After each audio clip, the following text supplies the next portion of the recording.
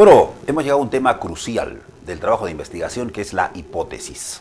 Recuerden siempre ahí el planteamiento del problema, la hipótesis y los objetivos generales, que tienen una relación, podríamos decir, determinante con las conclusiones a las cuales vamos a arribar. Porque al final un trabajo de tesis consiste fundamentalmente en demostrar una hipótesis, o de repente no demostrarla, porque recordemos que hipótesis hay hipótesis de investigación, hipótesis nula, hipótesis estadística, hipótesis o hipótesis alternativa. Y alternativa 1, alternativa 2, alternativa 3, alternativa 4, la alternativa N que usted sugiera. O sea, la hipótesis es fundamental, es una expresión a priori de lo que más o menos voy a buscar. Por ejemplo, cuando yo hablo de la contaminación ambiental, digo, la contaminación ambiental se explica, ¿no es cierto?, por la presencia de residuos sólidos y también de aguas residuales. Estoy afirmando eso y obviamente voy a demostrar que la contaminación tiene como causa lo que he mencionado en las dos variables, residuos sólidos y aguas residuales.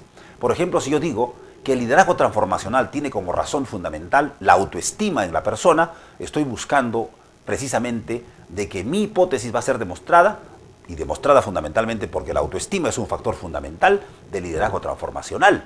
O por ejemplo que el rendimiento de un joven, de un muchacho, sea fundamentalmente porque, ¿no es cierto?, tiene hábitos de lectura. O sea, si por ejemplo digo yo, hay bajo rendimiento académico, entonces el bajo rendimiento académico se debe fundamentalmente a que no hay hábitos de lectura. Entonces uno dice, caramba, hay que demostrar de que efectivamente los bajos rendimientos académicos son por la falta de hábitos de lectura. Pero esa es una causa. Podría también ser, por ejemplo, por los bajos ingresos económicos de las familias. Pero hay que demostrarla. La hipótesis, dicen, es un enunciado proposicional, lógicamente consistente y semánticamente apropiado, que con base científica y poder explicativo plantea una solución a un problema aún no resuelto. Recordemos que siempre hay problemas que no se resuelven. En tanto, alternativa de solución o respuesta tiene que afirmar o negar y puede ser, en consecuencia, dice, probada o no probada.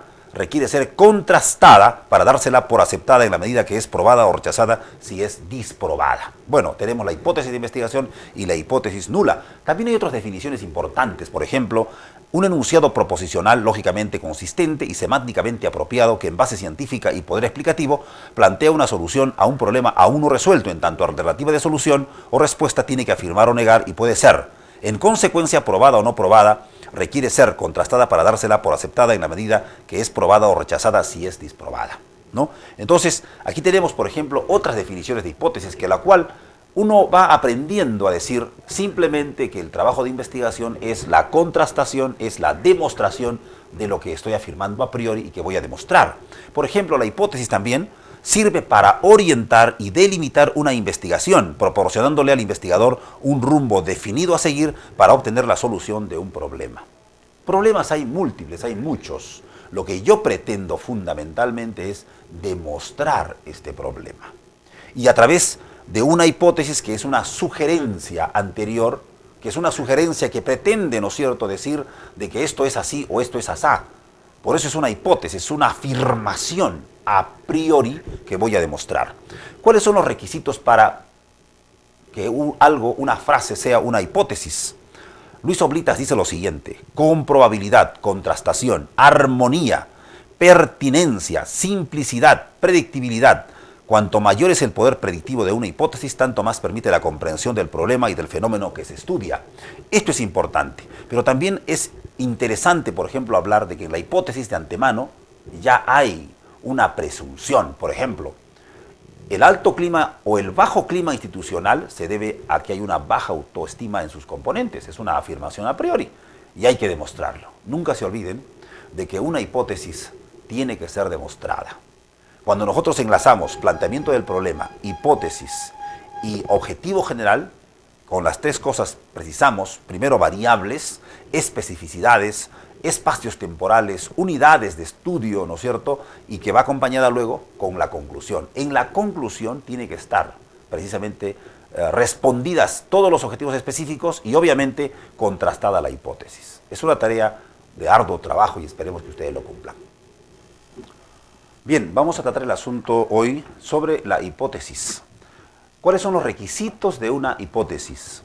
Obviamente, cuando nosotros tratamos de formular una hipótesis, lo que pretendemos es siempre afirmar algo a priori. entendemos que el enunciado tenga consistencia lógica, o sea, sin contradicciones internas. Esto es fundamental. Decíamos, por ejemplo, de que la contaminación ambiental es un problema y la causa probablemente de esta contaminación ambiental eran las aguas hervidas o los residuos sólidos como causa. Entonces podríamos apreciar o decir que los altos niveles de contaminación en una determinada región son producto de los residuos sólidos y de las aguas hervidas. Esta es una hipótesis y la idea es contrastar la misma. Pero por lo pronto también, cuando uno, por ejemplo, comenta acerca del bajo rendimiento académico, producto de los bajos hábitos de lectura en la comunidad, estamos buscando las teorías científicas del aprendizaje. O sea, una base científica es un segundo elemento muy importante para los requisitos de una hipótesis, en el sentido de ser consecuente con las teorías, los supuestos y las leyes. Y por otra parte, un requisito fundamental de las hipótesis es la contrastación científica. Me refiero al enunciado cuando se confronta con los datos de la realidad. O sea, la hipótesis tiene que contrastarse con la realidad, tiene que tener base científica y tiene que tener una buena formulación. Los bajos rendimientos académicos se deben a los pocos o escasos hábitos de lectura. Tiene una formulación consecuente de relación. En ese sentido, las hipótesis guardan pues estos tres requisitos fundamentales. Pero por otra parte también uno se pregunta cuáles son los tipos de hipótesis que hay en estos momentos, del cual habla Mario Bunge, también Sampieri, Hernández, Piscoya. Ellos dicen, por ejemplo, que hay varios tipos de hipótesis. Obviamente, cuando uno plantea la hipótesis, siempre se refiere a la hipótesis de investigación. Y esta debe ser correspondida o respondida en todo caso en el trabajo de investigación. Pero también, a la par que existe la hipótesis de investigación, existe la hipótesis nula. Esta hipótesis niega a la hipótesis de investigación. Pero también al mismo tiempo hay una hipótesis estadística, ¿no? Por ejemplo, los niveles de rendimiento académico, los bajos niveles de rendimiento académico se deben fundamentalmente en un 70% a los hábitos de lectura o a los bajos hábitos de lectura.